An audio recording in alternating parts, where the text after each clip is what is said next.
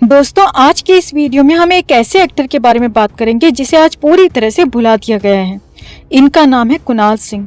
इन्होंने हिंदी में सिर्फ एक ही फिल्म में काम किया है और उसका नाम है दिल ही दिल में। फिल्म मूल रूप से तमिल में थी, उसी को हिंदी में भी शूट किया गया था। कुणाल का जन्म हुआ था 29 सितंबर 1977 को हरियाणा में।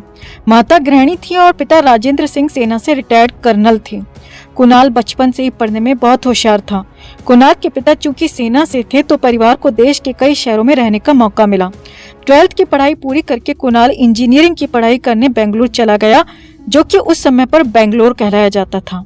बेंगलुरु में बीटेक की पढ़ाई के दौरान ही उसने कुछ जगह पर तमिल फिल्मों के और भोजपुरी फिल्मों के ऑडिशंस दिए और पहली बार भोजपुरी फिल्म में एक्टिंग करने का मौका मिला। 1999 में एक और फिल्म में मौका मिला जो कि तमिल मूवी थी। फिल्म का नाम था काडालार दीनम, जो कि मूल रूप से एक तमिल मूवी थी, लेकिन उसे हिंदी में भी शूट किया गया था और हिंदी में फिल्म का नाम रखा गया था दिल ही दिल में। तमिल वर्जन के साथ हिंदी वर्जन भी जबरदस्त तरीके से हिट हुआ और कुणाल की गाड़ी फिल्मों में चल निकली। लेकिन पहली फिल्म जिसमें सोनाली बेंद्रे जैसा नोन फेस था, फिर भी हिंदी में कुणाल को फिल्में नहीं मिली। लेकिन तमिल लैंग्वेज में कुणाल के पास फिल्मों के लगातार ऑफर आने लगे थे। तमिल में काम करने के साथ कुणाल साथ साथ हिंदी में भी ट्राई कर रहा था कि उसे हिंदी में भी कोई फिल्म मिल जाए। कुणाल की सिर्फ पहली ही फिल्म नहीं बल्कि उसकी लगातार कई फिल्मों ने बॉक्स ऑफिस पर अच्छा बिजनेस किया था। 2007 में कुणाल को एक हिंदी फिल्म में काम करने का मौका मिला। फिल्म का नाम था योगी। एक तरफ कुणाल फिल्म की शूटिंग कर रहा था तो दूसरी तरफ कुणाल मुंबई में अपने लिए रहने के लिए जमीन भी तलाश कर रहा था। जमीन की खोज पूरी हुई करजत में। करजत में कुणाल ने जमीन देखी, प्राइस तय की और साइनिंग अमाउंट के तौर पर 50 लाख रुपए जमीन मालिक को दे दिए, जो कि प्रॉपर्टी डीलर के थ्रू दिए गए थे। इधर फिल्म की शूटिंग आधी हो चुकी थी, लेकिन जमीन के मालिक और मीडिएटर प्रॉपर्टी डीलर जमीन की रजिस्ट्री करने के लिए रेडी नहीं हो रहे थे। कुणाल बार बार प्रॉपर्टी डीलर के ऑफिस के चक्कर काट रहा था, लेकिन जमीन कुणाल के नाम पर नहीं चढ़ाई जा रही थी। दूसरी तरफ अगर कुणाल की पर्सनल लाइफ के बारे में बात की जाए तो कुणाल ने तमिल फिल्मों में सेटल होने के बाद अनुराधा नाम की लड़की से शादी कर ली और उसके बाद उसकी 2 बेटियां हुई उसकी मौत से पहले। खैर, कुणाल बार बार जमीन को अपने नाम कराने के लिए प्रॉपर्टी डीलर के पास चक्कर काट रहा था, लेकिन ना तो जमीन उसके नाम की जा रही थी और ना ही उसके पैसे उसे लौटाए जा रहे थे। कुणाल जब इन सब से काफी ज्यादा थक गया, काफी ज्यादा टूट गया, तो उसने उन प्रॉपर्टी डीलर के against back to back 2 FIR कर दी, जिसके बाद पुलिस ने इंक्वायरी करने के बाद वादा किया कि उसको या तो पैसा वापस दिलाया जाएगा या उसकी जमीन उसको दिलाई जाएगी। इसी बीच 7 फरवरी 2008 को खबर आती है कि कुणाल ने अपने फ्लैट में पंखे से लटक कर फांसी लगा दी। जिस समय कुणाल को फांसी लगाया हुआ बताया जाता है, उस समय कुणाल के फ्लैट में 2 दोस्त और इसी दौरान हिंदी फिल्म योगी में साथ में काम करने वाली एक्ट्रेस लवीना भाटिया मौजूद थे। यानी 3 लोग उस समय फ्लैट पर मौजूद थे जिस समय यह हादसा हुआ। लवीना से अलग जो 2 दोस्त थे, जो 2 लोग थे, वो एक तो फिल्म योगी का स्क्रिप्ट राइटर था और एक कॉस्ट्यूम डिजाइनर। कुणाल की मौत के बाद पुलिस ने पूछताछ शुरू की और केस को सिंपल सुसाइड केस मानकर क्लोजिंग रिपोर्ट लगा दी। केस बंद हो गया, लेकिन कुणाल के पिताजी कर्नल राजेंद्र सिंह जी ये मानने को बिल्कुल भी रेडी नहीं थे कि ये एक सुसाइड केस था।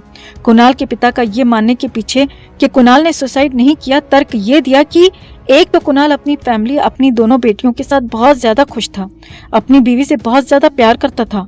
इसके अलावा कुणाल की बॉडी पर काफी चोट के निशान थे, फेस पर, आर्म्स पर, चेस्ट पर, कई जगह पर चोट के निशान थे। पोस्टमार्टम के बाद जब कुणाल की बॉडी उसके परिवार वालों को मिली थी तो खुद पिता राजेंद्र सिंह ने उन सभी चोटों के निशान देखे थे। इसके उलट पुलिस ने जब इस केस में क्लोजिंग रिपोर्ट लगाई थी तो इसे क्लियर कट एक सुसाइड केस बताया गया था। अपने क्लोजिंग रिपोर्ट में पुलिस ने चोट के बारे में कहीं भी कोई बयान नहीं दिया, लेकिन कुणाल के पिता ने खुद पोस्टमार्टम करने वाले डॉक्टर से पूछताछ की थी और उन चोटों के बारे में पूछा था कि वो चोट के निशान कैसे हैं। डॉक्टर ने सिर्फ यही कहा था कि चोट के निशान गिरने की वजह से भी हो सकते हैं, जो आर्म्स पर हैं, जो पैर पर हैं, जो चेहरे पर हैं, लेकिन जो चेस्ट का निशान है वो पीटने की वजह से हुआ है। यानी कि उसके साथ मरने से पहले मार पिटाई की गई थी, जिसकी वजह से उसकी चेस्ट पर चोट के निशान थे। कुणाल के पिता ने डॉक्टर से दोबारा पूछा कि आर्म्स और फेस पर नाखूनों जैसे निशान क्या गिरने की वजह से हो सकते हैं, तो डॉक्टर उन सवालों का जवाब नहीं दे पाया। इन्हीं सब बातों की वजह से कुणाल के पिता इसे सुसाइड मानने को तैयार नहीं थे। अगस्त में पुलिस ने 7-8 महीने की जांच के बाद इसे आत्महत्या घोषित कर दिया। इस क्लोजिंग रिपोर्ट के बाद कुणाल के पिता ने बॉम्बे हाई कोर्ट में केस को रीओपन करने की याचिका दाखिल कर दी। कोर्ट में इन सारी बातों को रखा गया, जो भी ये सारी बातें थी कि कुणाल की बॉडी पर चोट के निशान थे। इसके अलावा कुणाल के पिता ने कोर्ट को बताया कि कुणाल के साथ जिस समय यह हादसा हुआ था उस समय घर में 3 लोग तो मौजूद थे ही, साथ ही साथ उससे 1 घंटे पहले कुणाल ने फोन पर अपनी फिल्म योगी के म्यूजिशियन से बात की थी।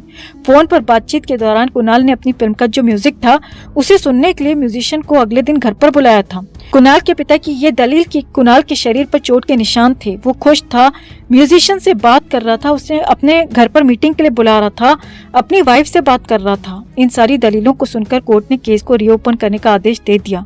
बदले में पुलिस ने भी अपनी रिपोर्ट कोर्ट में लगाई कि इस केस में दोबारा समय देने का मतलब है समय की बर्बादी। पुलिस ने चोट के निशान की वजह बताई कि सभी चोट के निशान बॉडी में 5वीं फ्लोर से बॉडी को नीचे लाते समय लगे थे, न कि किसी मार पिटाई से।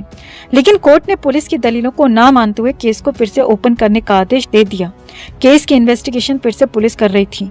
पुलिस ने फिर से जब जांच शुरू की तो सबसे पहले लवीना भाटिया को अरेस्ट किया, जो कि फिल्म की हीरोइन थी।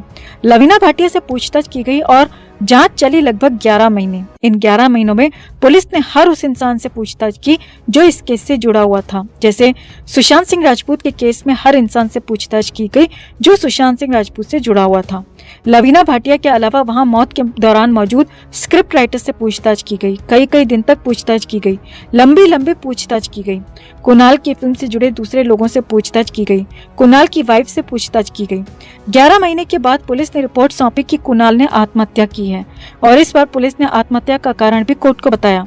पुलिस ने बताया कि कुणाल और लवीना भाटिया का अफेयर चल रहा था, जिसकी वजह से कुणाल का अपनी बीवी के साथ हमेशा झगड़ा होता रहता था। उसी झगड़े की वजह से कुणाल ने परेशान होकर आत्महत्या कर ली। इस पूरी रिपोर्ट पर पुलिस ने प्रॉपर्टी डीलर को जमीन के लिए दिए गए 50 लाख रुपए का कहीं भी कोई जिक्र नहीं किया। कोर्ट में कुणाल के पिता ने फिर से एक याचिका दायर की। कुणाल की हत्या भू माफियाओं ने की है, जिसमें वहां के कई बड़े मंत्री भी शामिल हैं।